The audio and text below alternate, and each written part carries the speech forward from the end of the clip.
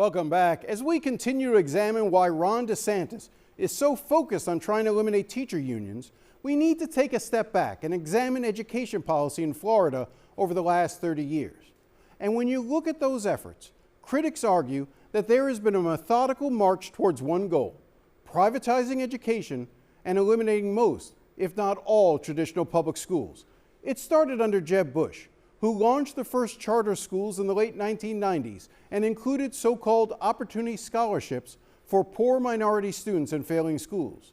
We believe that all children can learn and that no child should be left behind. But those efforts have now metastasized into what we see today: an explosion of poorly regulated charter schools across the state, coupled with the massive for-profit businesses that manage those schools. And then, of course, there are the vouchers themselves. Today, billions and billions of taxpayer dollars are being given every year to families regardless of their economic need, money that now helps subsidize private and even religious schools. It's what my next guest calls welfare for the rich. Diane Ravitch was the Undersecretary of Education in the George H.W. Bush administration, a one-time conservative Republican.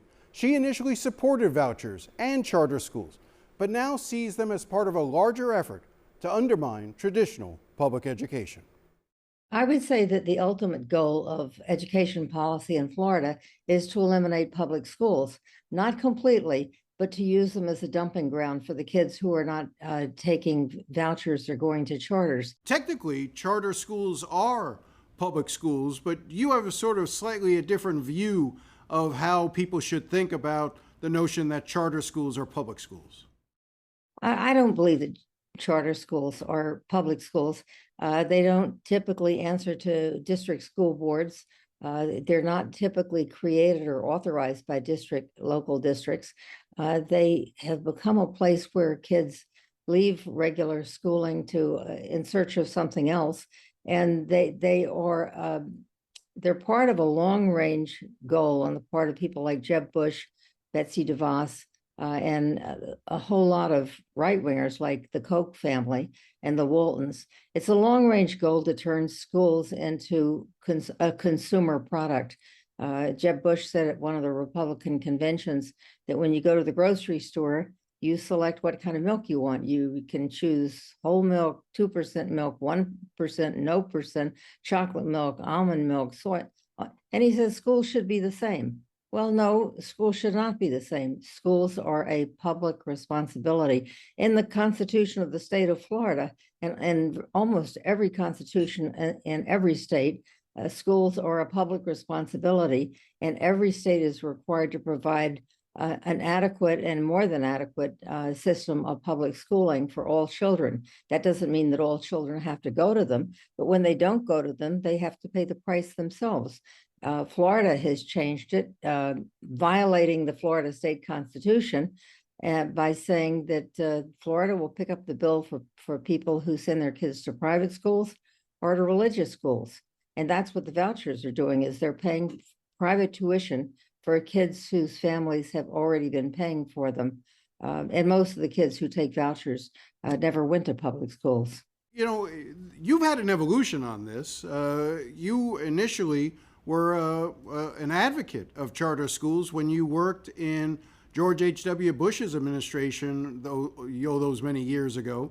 What was the evolution for you? What changed so that now you're speaking the way you do?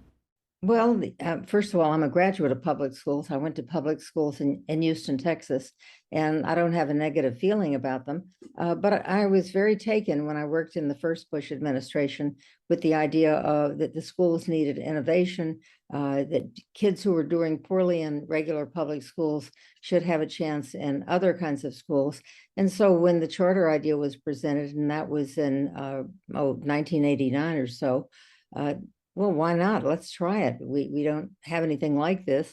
Supposing responsible private parties want to run their own schools, maybe they'll do a better job.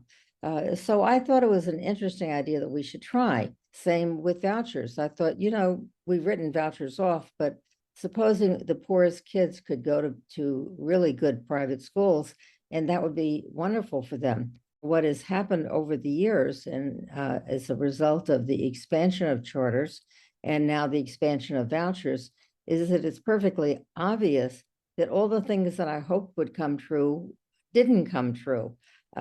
Charters are not better than public schools. Many of them are worse. Many of them open and then close. Florida has the highest rate of charter school closures of any state in the country. I think there are now about 700 to 800 charters in Florida, but 400 charters have opened and closed, or got the money to open and never did open. They're fly by night, many of them. As for vouchers, they have been something of a disaster, because instead of saving poor kids from failing schools, they're now being offered as a subsidy for the upper middle class and the upper class, so that instead of paying $30,000 a year in tuition, the state is subsidizing them, giving them $9,000 to help pay for their tuition when they don't need the help. And whether it's Florida or Arizona, it's a huge drain from the public schools, because the public schools are losing money that they can ill afford. They're underfunded, and they're being treated now as dumping grounds, whereas the well-to-do kids, this is really welfare for the rich, the voucher movement. And the vouchers are going, most of them, 70% in Florida, maybe more, are going to kids who never attended a public school. They're going to kids who are already enrolled in religious and private schools, which are, by the way, not better than public schools. Many of them are far worse. Well, the argument would be the parents of those kids pay into the state, they pay taxes, so why shouldn't they receive some sort of financial recoupment for educating their child? Well, there are a lot of people who would like to have a private security guard instead of relying on the police. But we all have an obligation to support a police department in our area, and we don't have an obligation to pay for people's private security guards.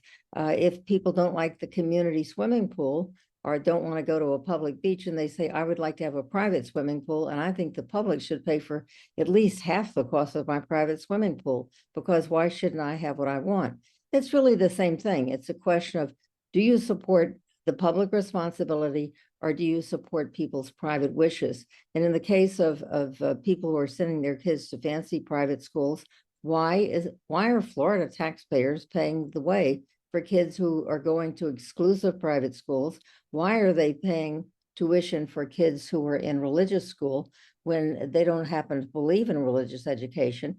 And there's the other small matter of Florida's state constitution, which says that Florida's taxpayer dollars goes to public schools, not to religious schools, not to private schools. You know, we started this conversation and we started looking at this with a bill basically attacking teacher unions.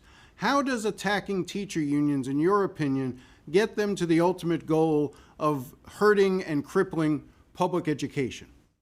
Teachers unions are the only organized force that fights for public schools. If they can eliminate teachers unions, if they can cripple the teachers unions so that they have no voice, that will help them the next time they want to pass more legislation that is even more harmful to public schools. I mean, this is simple politics. They just want to knock out the teachers union because they fight for public schools. That's where they work. And they don't want to have an organized voice fighting for public schools. If there is no chapters of NEA or AFT, then they have clear sailings to turn all the public money over to private sources.